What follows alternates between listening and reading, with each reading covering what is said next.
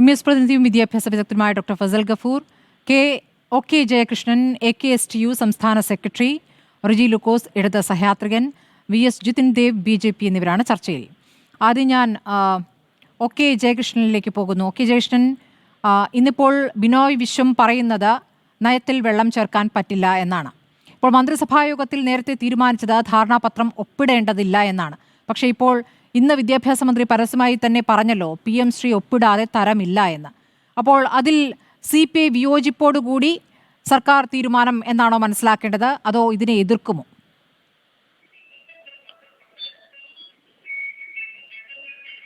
ഈ ചാനൽ വാർത്തയിലൂടെയും പത്രവാർത്തയിലൂടെയും കണ്ട കാര്യങ്ങൾ മാത്രമാണുള്ളത്.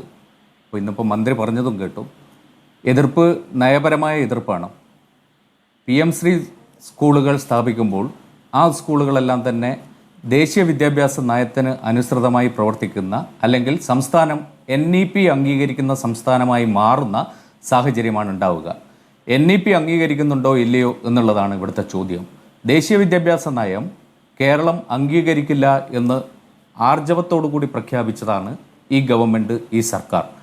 NEP അംഗീകരിപ്പിക്കുവാൻ വേണ്ടിയിട്ടുള്ള തന്ത്രമായിട്ടാണ് PM ശ്രീയിൽ ഒപ്പുവെപ്പിക്കാൻ കേന്ദ്ര സർക്കാർ ശ്രമിക്കുന്നത്. ഈ ഇപ്പോൾ നമുക്ക് ഈ സാങ്കേതികമായ ടേംസ് സാധാരണ പ്രേക്ഷകർക്ക് വേണ്ടി PM ശ്രീയിൽ ഒപ്പിട്ടാൽ കേരളത്തിൽ നയപരമായി എന്ത് ബുദ്ധിമുട്ടാണ് ഉണ്ടാവുക? ഇടത് നയത്തിൽ നിന്ന് വ്യതിചലിച്ചുകൊണ്ട് RSS ഉദ്ദേശിക്കുന്ന രീതിയിലേക്ക് പാഠ്യപദ്ധതി തന്നെ മാറുമെന്നുള്ളതാണോ നിങ്ങളുടെ ആശങ്ക? അതൊന്ന് വിശദമാക്കാമോ? ശരിയാ. PM ശ്രീ എന്ന് പറയുന്നത് ദേശീയ വിദ്യാഭ്യാസ നയം ഷോക്കേസ് ചെയ്യുന്നതിനു വേണ്ടി, പ്രചരിപ്പിക്കുന്നതിനു വേണ്ടിയിട്ട് 2023 കേന്ദ്ര മന്ത്രിസഭ പാസാക്കിയ അല്ലെങ്കിൽ നിർദ്ദേശിച്ച ഒരു പദ്ധതിയാണ്. ദേശീയ വിദ്യാഭ്യാസ നയം 2020 പച്ചയായ വർഗീയവൽക്കരണത്തിന്, ഇന്ത്യൻ വിദ്യാഭ്യാസത്തെ വർഗീയവൽക്കരിക്കുന്നതിന്, വാണിജ്യവൽക്കരിക്കുന്നതിന് വേണ്ടി ഉള്ള ഒന്നാണ് എന്ന് ഇന്ത്യയിലെ BJP ഒഴികെയുള്ള എല്ലാ രാഷ്ട്രീയ കക്ഷികളും അംഗീകരിച്ചിട്ടുള്ള അല്ലെങ്കിൽ പറഞ്ഞിട്ടുള്ള കാര്യമാണ്. അതിൻ്റെ സൂചനകൾ നമ്മൾ കാണുകയും ചെയ്തു. ആ ദേശീയ വിദ്യാഭ്യാസ നയം നടപ്പിൽ വരുത്തുന്നതിന് അതിൽ ചില സംസ്ഥാനങ്ങൾ എതിർപ്പ് പ്രകടിപ്പിച്ചിരുന്നു. അന്നേ ഘട്ടത്തിൽ തന്നെ ഡൽഹി, പഞ്ചാബ്, പശ്ചിമ ബംഗാൾ, തമിഴ്നാട്, കേരളം ഇത്രയും സംസ്ഥാനങ്ങൾ ദേശീയ വിദ്യാഭ്യാസ നയം നടപ്പാക്കില്ല, അതേ തരത്തിൽ നടപ്പാക്കില്ല, കൺകറന്റ് ലിസ്റ്റിലുള്ളതാണ് വിദ്യാഭ്യാസം എന്നുള്ളത് കൊണ്ട് തന്നെ സംസ്ഥാനത്തിൻ്റെ അധികാരം ഉപയോഗിച്ചുകൊണ്ട് ദേശീയ വിദ്യാഭ്യാസ നയത്തിൻ്റെ ഇത്തരം വർഗീയ എലിമെൻസുകൾ, വർഗീയത പ്രചരിപ്പിക്കുന്ന ഘടകങ്ങൾ സംസ്ഥാനത്ത് നടപ്പാക്കില്ല എന്ന് പറയുകയുണ്ടായി.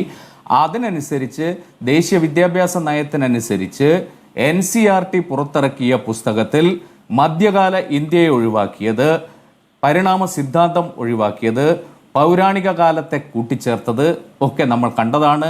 അതിന് സമാന്തരമായി ബദൽ പുസ്തകങ്ങൾ നിർമ്മിച്ച സംസ്ഥാനമാണ് കേരളം. കാരണം വളരെ അപകടകരമായ പച്ചയായ വർഗീയവൽക്കരണം പ്രചരിപ്പിക്കുന്ന ഒന്നാണ് ദേശീയ വിദ്യാഭ്യാസ നയം.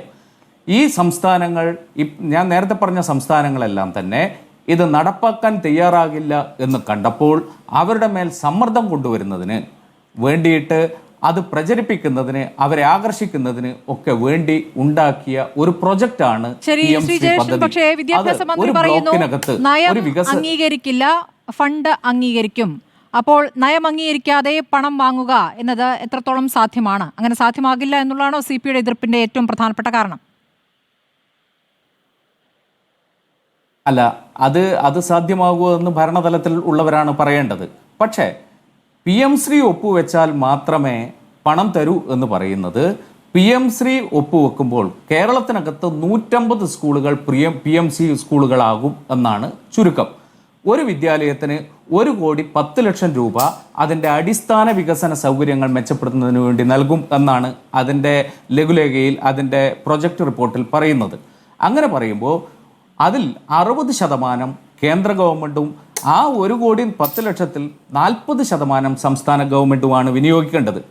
കേരളം ഇപ്പോൾ തന്നെ യഥാർത്ഥത്തിൽ അടിസ്ഥാന സൗകര്യ വികസനം വിവിധ ഫണ്ടുകൾ ഉപയോഗിച്ച് നമ്മുടെ സാമ്പത്തിക ഞെരുക്കത്തിനൊക്കെ ഇടയിൽ വിദ്യാഭ്യാസ സംരക്ഷണ യജ്ഞത്തിൻ്റെ ഭാഗമായി കിഫ്ബിയുടെ ഭാഗമായി MLA ഫണ്ട് ഉപയോഗിച്ച് MP ഫണ്ട് ഉപയോഗിച്ച് പ്രാദേശിക വിഭവങ്ങൾ സമാഹരിച്ച് അഭ്യുദയകാംക്ഷികളിൽ നിന്ന് പണം സമാഹരിച്ച് കേരളത്തിൻ്റെ വിദ്യാലയങ്ങൾ കോടിക്കണക്കിന് രൂപ ചെലവഴിച്ച് മെച്ചപ്പെടുത്തിയിരിക്കുക. ആ വിദ്യാലയങ്ങൾക്ക് മുന്നിൽ PM ശ്രീ എന്ന ഒരു ബോർഡും വെച്ച് ഈ തുക വാങ്ങിച്ച് അവിടെ ദേശീയ വിദ്യാഭ്യാസ നയം നടപ്പാക്കും എന്ന് ഒപ്പിട്ട് കൊടുക്കുക എന്ന് പറഞ്ഞാൽ അത് ആത്മഹത്യാപരം ആണ് എന്നേ പറയാൻ കഴിയൂ. നമ്മൾ മെച്ചപ്പെടുത്തിയെടുത്തിരിക്കുന്ന വിദ്യാലയങ്ങളെ കേന്ദ്രത്തിന് മുന്നിൽ അവരുടെ വർഗീയ അജണ്ടക്ക് മുമ്പിൽ കൊണ്ടുപോയി അടിയറവ് വെക്കേണ്ടതില്ല. അതിനാണ് മറുപടി പറയേണ്ടത്.